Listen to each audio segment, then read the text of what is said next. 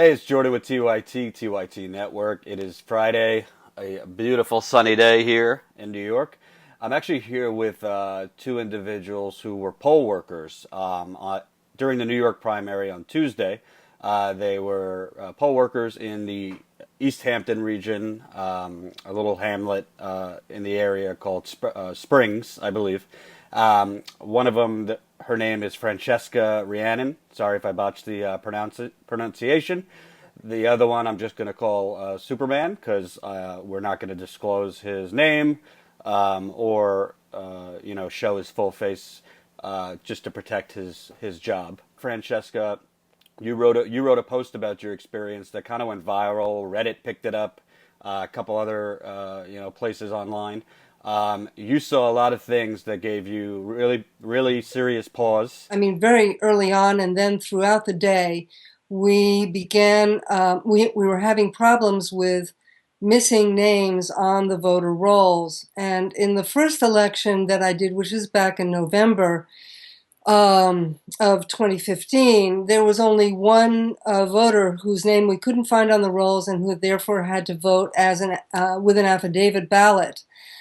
And actually, the same experience happened to me when I voted in the previous election. But it was unusual. And this time we had many voters. Actually, we had 166 official ballots at not the polling station, but my electoral district. There were four electoral districts in the polling station. At mine, we had 166 official ballots, and then we had 39 affidavits, which is really a large proportion. I mean, just think about that. It's, a quarter of them. Yeah, I've been doing this since '08, and that's a very high percentage.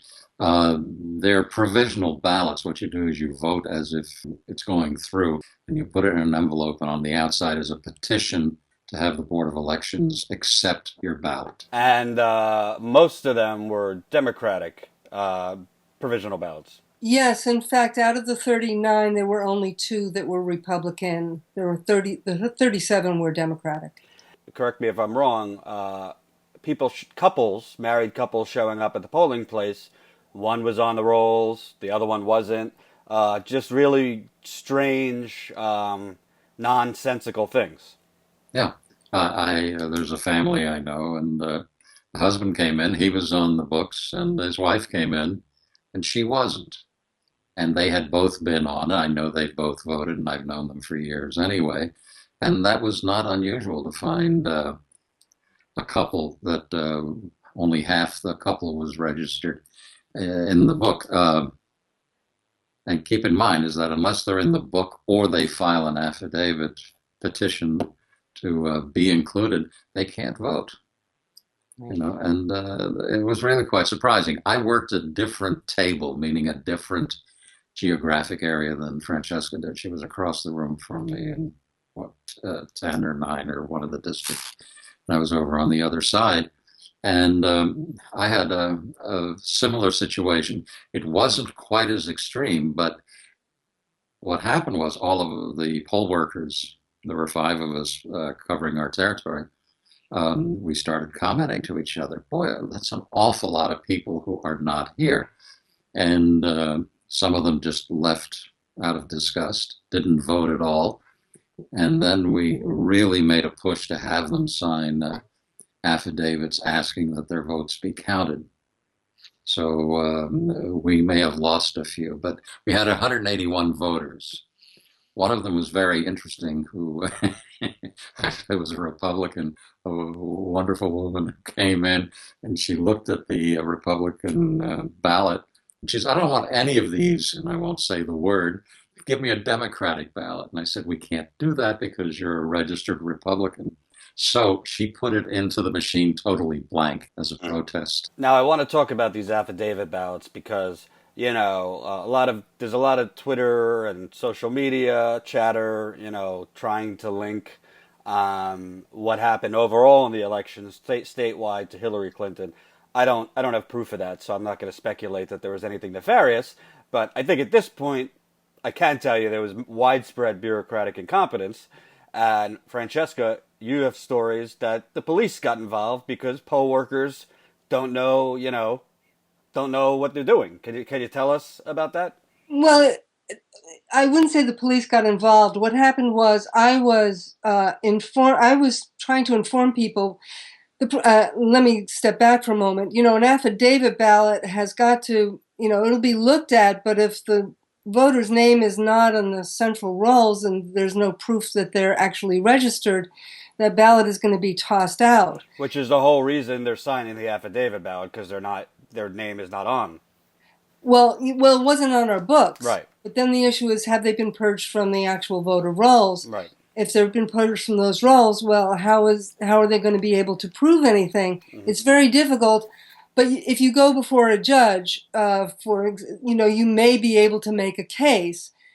That's very difficult to do. In our area, the closest judge was in Riverhead, which is an hour and 15 minutes away.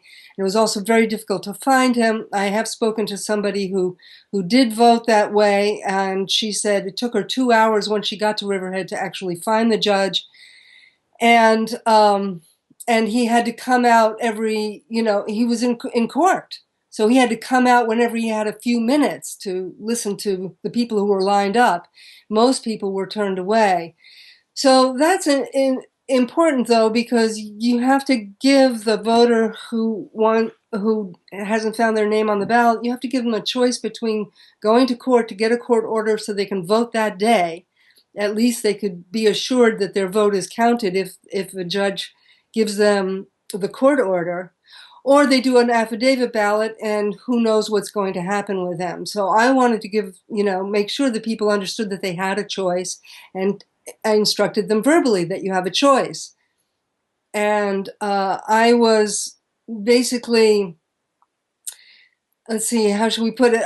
I was strongly discouraged from doing that. First by the coordinator at my polling place, who then called the Board of Elections person for East Hampton, who came in with a policeman. Now, whether that was I don't know that was to intimidate me. I mean, I think the policeman was probably accompanying him all throughout the day, but it felt a little scary.